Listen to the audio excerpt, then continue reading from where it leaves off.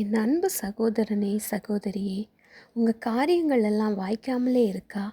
என் வாழ்க்கையில் நான் நினச்சது எதுவுமே நடக்காமல் இருக்குது அப்படின்னு நினச்சி கவலைப்படுறீங்களா? உங்களுக்கு தான் இந்த நற்செய்தியை இன்றைக்கி சொல்கிறேன். உங்கள் காரியங்கள் வாய்க்கும். எப்படின்னு கேட்குறீங்களா? அதுக்கு நீங்கள் ஒரே ஒரு காரியம் செய்யுங்க. ஆண்டவரை தேடுங்க. இயேசு தான் வானத்தையும் பூமியையும் உண்டாக்கின சர்வலோக தேவன். அந்த இயேசுவை நீங்கள் தேடினால் உங்கள் காரியங்கள் நிச்சயமாக வாய்க்கும். ஒரு நாளைக்கு 24 மணி நேரம் இருக்குது. அதில் ஒரு 10 நிமிஷம் கூட படைச்ச கடவுளை தேடாமல் மொபைல் ஃபோனுக்கு அடிமையாகி இருக்கிறீங்களா? உங்களை பார்த்து தான் ஆண்டவர் இயேசு இன்னைக்கு பேசுகிறார். பைபிளில் 2 நாளாகமும் 26 ஒரு ராஜாவை பற்றி எழுதப்பட்டிருக்கு. 16 வயசில் உசியாங்கிற அரசன் ஆட்சிக்கு வரான். அவன் கர்த்தரை தேடின நாட்களில் தேவன் அவன் காரியங்களை வாய்க்க செய்தார் அப்படின்னு பைபிளில் எழுதப்பட்டிருக்கு. அவன் ரொம்ப பலம் கொண்டவனாக மாறி அவனுக்கு ஆடு மாடுகள், வயல்வெளிகள், அப்புறம் கோபுரம் கட்டுறது, பொன் வெள்ளி சேனைகள் இப்படி பலத்து கொண்டே போகிறான். இதனால் அவனுக்கு செருக்கு வந்துருச்சு. பைபிளில் இப்படி எழுதப்பட்டிருக்கு.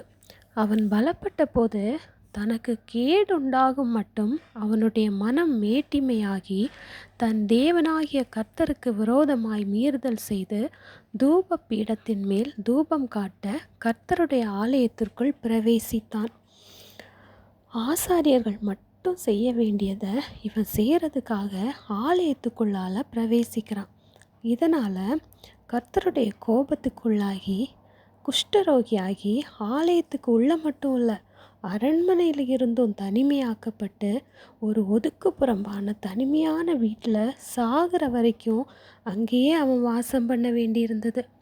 இப்படி தாங்க நாமும் ஆண்டவர் நம்ம ஆசீர்வதிக்கும் போது ஒருவேளை மற்றவங்களை ஏளனமாக பார்த்துருக்கலாம், உறவுகளை வெறுத்து இருக்கலாம், பிறர் மன நோகும்படி பேசி இருக்கலாம்.